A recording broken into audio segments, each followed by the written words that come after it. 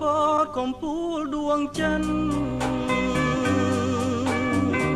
ខ្ញុំសែនអាណិតហើយពិនជាស្មាសូភីកំពស្លូតបូដរះទាំងចំពាំងចិត្តចងពងស្មើគ្នាឡាកងត្រជាងព្រៀបបានសំដែរអងអែលហរិតេឲ្យកើតក្តីស្នេហ៍